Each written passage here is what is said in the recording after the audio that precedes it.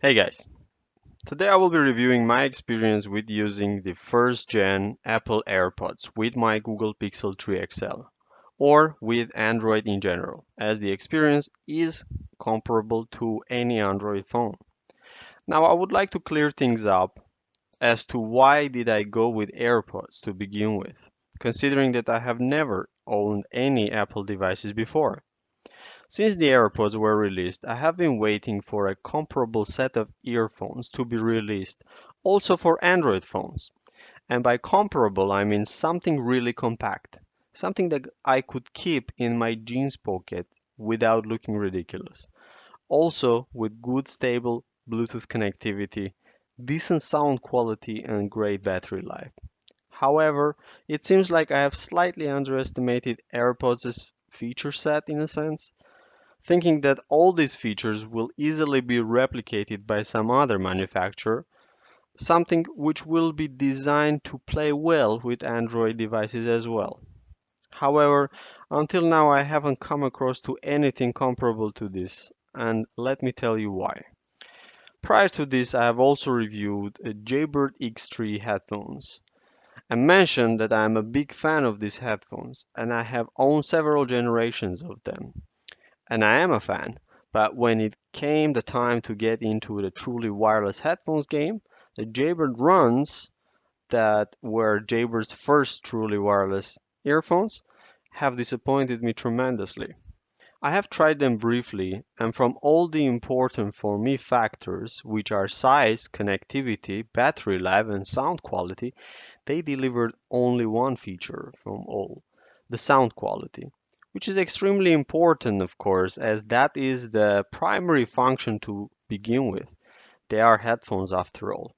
However, it turned out that it is not as important when I found out that the connection between the earbuds is quite shaky and the earbuds would occasionally disconnect from each other, which happened often enough for me to be an instant deal breaker. Just like this, I have tried many other truly wireless earbuds, and all of them have failed in one or many of the important aspects. And more often than not, they failed in the aspect of portability and connection stability. The AirPods were released in December of 2016, and at this point, I have waited almost 3 years for a decent set of truly wireless earphones, which would give AirPods a run for its money to no avail. This thing is extremely small, which makes it even more crazy as to how they even managed to squeeze such a good battery life into this, as it lasts for up to 5 hours of music listening and 2 hours of talk time per single charge, as the microphone will use an additional battery life. And this is true as per my experience if I listen to them at around 60 to 70% volume. You also get additional 24 hours of battery charge from the case, but it obviously depends on the day-to-day use. The sound quality on this is surprisingly good. To be honest, the first time I got them in my hands, I expected to hear a flat, mediocre sound. However, I was very pleasantly surprised when I heard them the first time, as they were not only not mediocre, but they actually have a very decent low end for their size.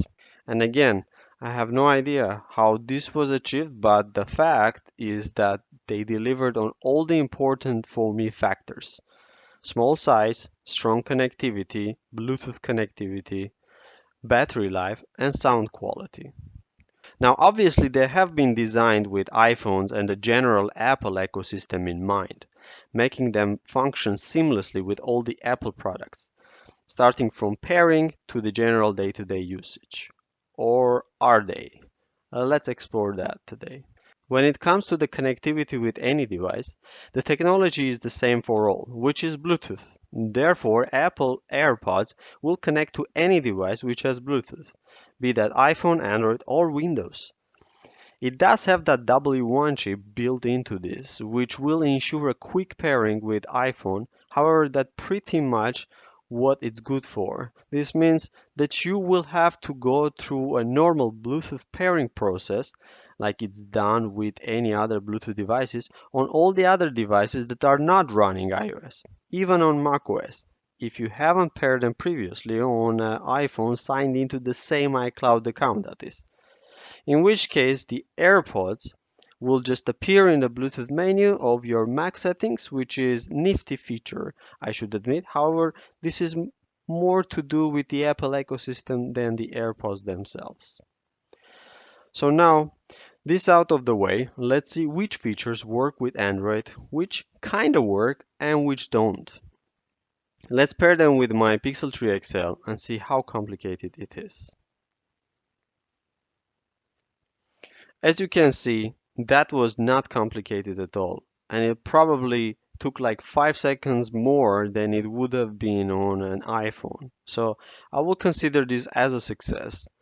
And by the way, this pairing has to be done only once, and the next time you want to connect this to your device, you simply need to turn on the Bluetooth on your device and or just keep it on all the time and open the AirPod case like this. And they are connected. The same way, if you close the case while the buds are inside, it will simply disconnect. Also, a pro tip, you can keep one of the buds inside and the AirPods will intelligently switch off that bud which is inside the case and use the active one in a mono mode. Considering that these buds have no buttons, the control method is based on double taps only, and right out of the box, one of the buds comes as configured to trigger play and pause, and the other one to launch the Siri. So when connecting to an Android device, the one that is set to launch Siri is obviously not going to do anything, as there is no Siri, and the one that has play pause will work as intended. This means that right out of the bat, we will need to make that second bud a bit more useful by setting a double tap action, which actually will work on Android, and there are two ways to go about this. First, and the best one would be if you could get your hands on an iOS or macOS device, iPhone, iPad, iPod, and or MacBook of some kind, and set the double tap action from there. A second option would be to install one of the apps from Play Store, which will sort of allow you to set an action on a double tap gesture. However, I would not recommend this option, as these apps are quite clunky and don't always function as they should. And the ratings in Play Store speak for themselves. As you can see, they are all quite poorly rated. The problem with these kind of apps is that they don't seem to be able to set a specific gesture for each bot individually. And whatever action you set will work the same on both bots. I mean, the controls are very limited on AirPods to begin with. And by using an app like this, you are limiting yourself to only one action. The other downside to these apps is that the action you set on them will only work on that specific device where you have installed that app. And for that, they will have to be constantly running in a background to ensure the proper functionality, which most likely will impact on your battery life. Also, if you decide to use your AirPods with your Windows computer, for instance, the actions set in the Android app won't carry over to Windows. And the double tap action will be the one that was set from the factory or from an Apple device, because when you set a double tap action from an iPhone or MacBook, it embeds that action into the AirPods themselves. And thus, whenever you connect them, they will always have the actions you set them to perform when you double tap. So let's go ahead and see how we can change the gesture actions from MacBook, as this is what I could get my hands on right now. Here we'll have to go to Bluetooth preferences, find your AirPods, and another pro tip, while you are here, you can also rename them, as if you rename them from a non-Apple device, the name will not be carried on to other devices and you'll have to keep renaming them wherever you connect. But like this, it will embed them into the AirPods again. This out of the way, let's go to the options to choose your preferred double tap action for each individual bud. As you can see, in my case, I prefer to have the play pause on my right bud and a fast forward on my left bud. But you go ahead and choose whatever is most convenient for you. After setting the proper actions, I will consider this feature also fully functional on Android. So it is another success. The next important thing, which is discussed the most probably, is the fact that you cannot check the battery life of AirPods on Android natively. And it's true, but this is that case when we will have to go and install one of those clunky apps that I referred to earlier when I discussed the double tap actions. Here, I think I tried them all, and the most no nonsense one is the Air battery, which will display the battery life of your buds and the case, as you can see. The battery information update frequency can be set different time periods, and more frequent it is, more power consumption you will experience on your phone and AirPods. For that reason, I have set this to manual, as I really don't care to constantly see the exact battery percentage at all times, so I check it by tapping the update button. However, this is a paid feature, and if you would like to adjust the update frequency, you will need to purchase the Pro version of the app, which is very cheap, around $1.30, and is absolutely a no-brainer, even if just to disable those ugly ads that will show up on your screen when you check the battery life. This app also has some other notable features, like ear detection, which will automatically pause when you remove one of the buds, while in Spotify, Netflix, YouTube, and Beyond Pod, as it is mentioned here in the warning message. However, I have tried to use this feature with Pocket Cast and Google Podcast apps, and it worked perfectly fine. Therefore, it seems like this feature is not limited only to these four mentioned here. Personally, I do not use this feature as I want to avoid any possible battery drain and I just use the double tap gesture to pause and play.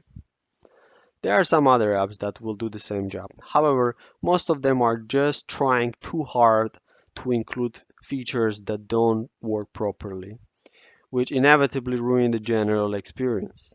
I would also recommend to check out the Assistant Trigger app, which allows you to launch the Google Assistant with a double or quadruple tap on your AirPods and will also show a battery life. However, to set it up properly, you will have to purchase the Pro version from within the app, which is a bit more costly than the Air battery, around $2. And so if you don't care about the Google Assistant, simply stick with Air battery. The rest of the apps are pretty much all garbage and waste of time, at least at this time of the shooting of this video.